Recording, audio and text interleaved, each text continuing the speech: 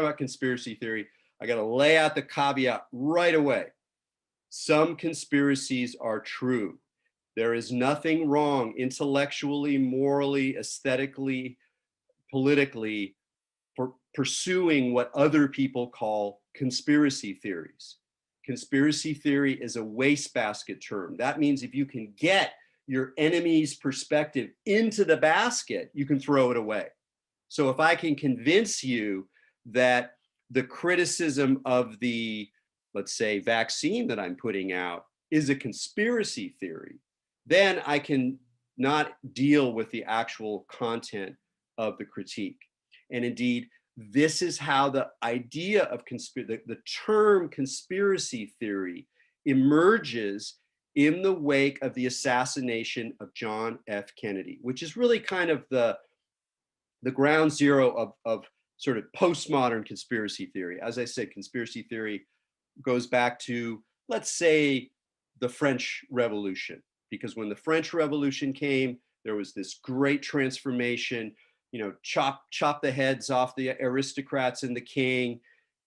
Looks like it's, they're going to change the days of the week. It's like the first modern revolutionary moment, and reactionaries, traditionalists, monarchists freaked out, and they're like, how could this have happened? And a lot of them turned to what we would now recognize as conspiracy theory, including, yes, the bête noire, the Illuminati. This is where we first hear about the Illuminati as a secret quasi-Masonic force that is architecting some new organization of society and thereby creating some kind of satanic or anti-Christian structure that's going to change everything and control everybody.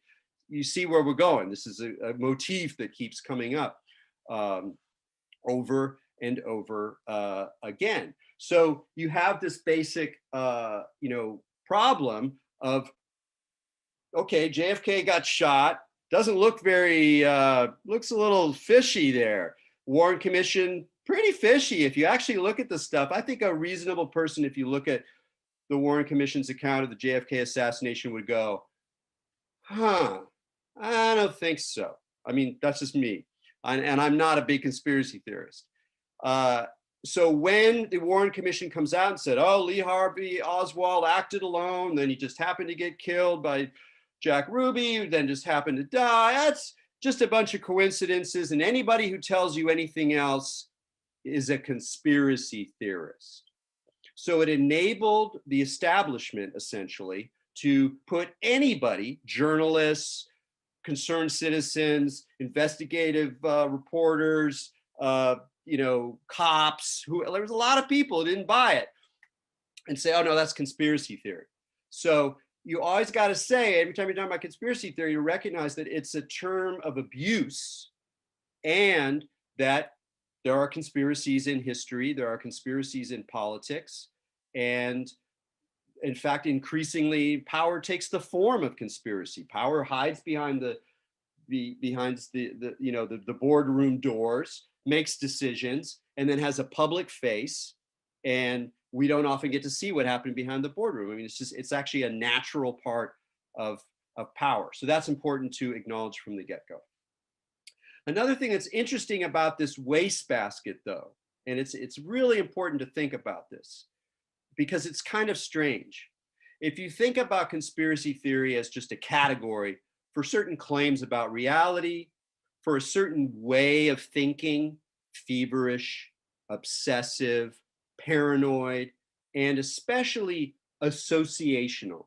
Like, wait, that element there, that means that this is connected to that because they have the same middle name and it happened on the same day. And didn't you realize? And so you start that kind of building of meaning in a quasi-paranoid way that's also related to religious interpretation, but we'll leave that aside for a moment, where you're kind of reading the symbolic expression of something as hiding clues of its real essence. A contemporary pop example is, if you go online, go on YouTube, you could find people, some of them only half seriously doing this, I believe, but certainly some people are serious, interpreting, R&B videos as being coded messages of Illuminati power, or the star or Super Bowl halftime shows. You know, oh, they analyze the symbolism. She comes in on a bull. The bull represents Marduk from the Babylon, and it's all about, you know, that kind of stuff. And you can find that just goes on and on. You know, welcome to your rabbit holes. So that's another aspect of conspiracy theory, a kind of like feverish, dream-like interpretation that no longer seems to be related to facts very much. Well, that's kind of interesting. It's already, well, what are we talking about here?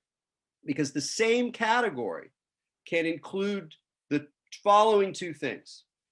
A conspiracy theory includes a carefully, obsessively researched tome about, let's say, the JFK assassination, that carefully links all of these individuals who worked in anti-Castro forces and the mafia and the CIA, and connects it with, like, you know, specific politics within Washington, D.C., that all eventually comes around and points a finger at certain concrete individuals, let's say in the CIA, which is where my money is, but we'll never know.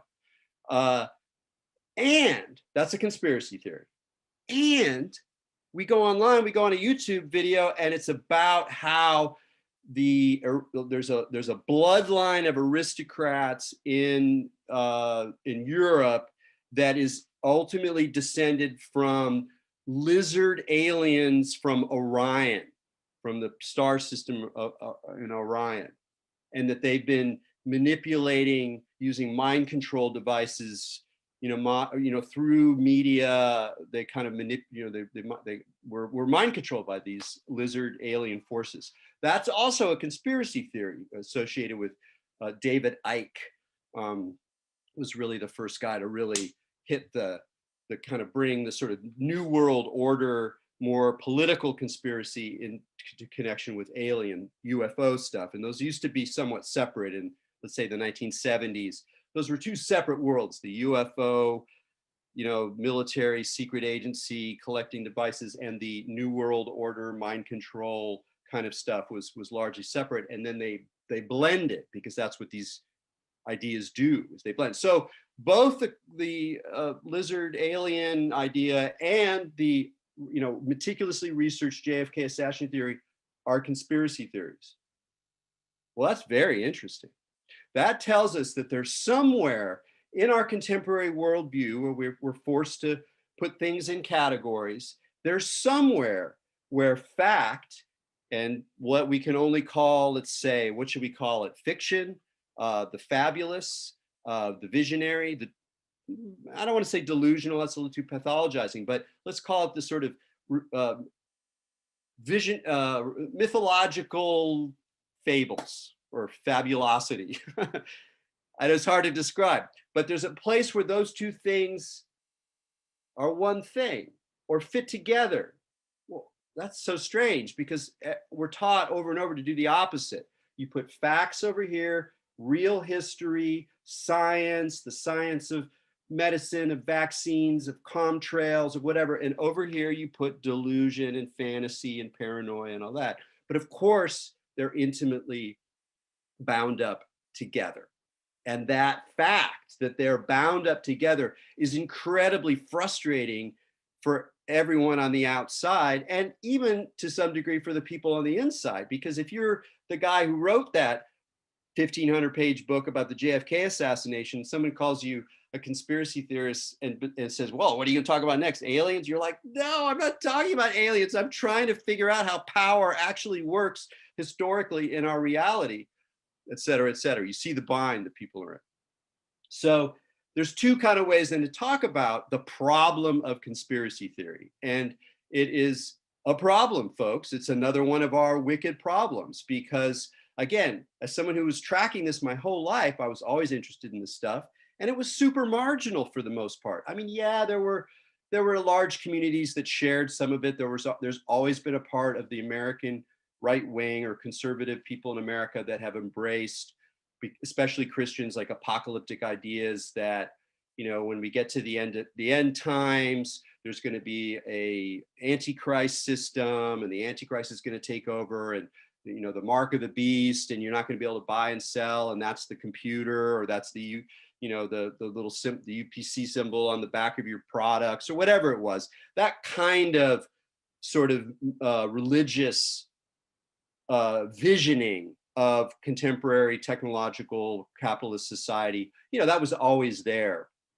but it's just exploded because of the internet, because of the breakdown in consensus reality, because of the breakdown in conventional authority structures, because of the increasingly weird character of contemporary life, where it just makes sense that, that on the same table that we're dealing with, vaccines and,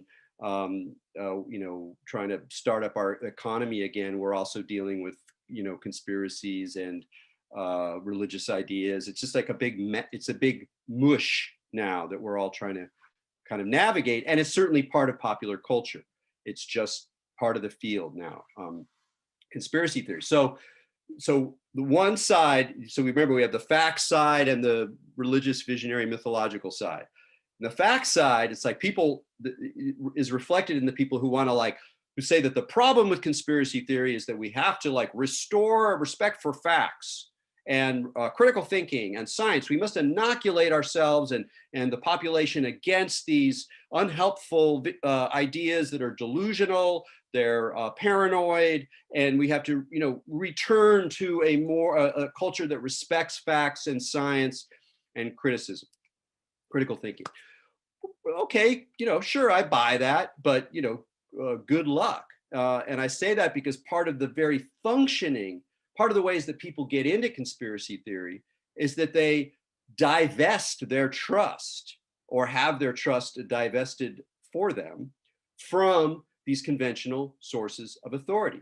So if the source of authority keeps on spattering on about how they should retain their authority, once you've checked out, you're not going to get back in. Good luck. And so it's a bit of a crisis, but the way they tend to think of it is that the problem with conspiracy theory is a problem of bad data, bad information, badly interpreted. And if we just get people back on the train of facts, it'll get better. But that doesn't really deal with the mythological, religious, visionary side. And I guess from a secular perspective, that makes sense. If you're an ardent secularist, you think that the visionary, mythological, religious imagination is basically ultimately BS. So you're like, whatever, that's not the problem. The problem is facts and getting people back into a consensus about science and historical reality. But if you're like me and you're like, look, the human beings are, whether you want to describe it in terms of sociobiology or whether you want to invoke other dimensions of reality, I'm not going to get into it. But we are, at the very least, wired for religion or wired for these kinds of perceptions, practices, unusual experiences, hopes, beliefs, et cetera, et cetera. It's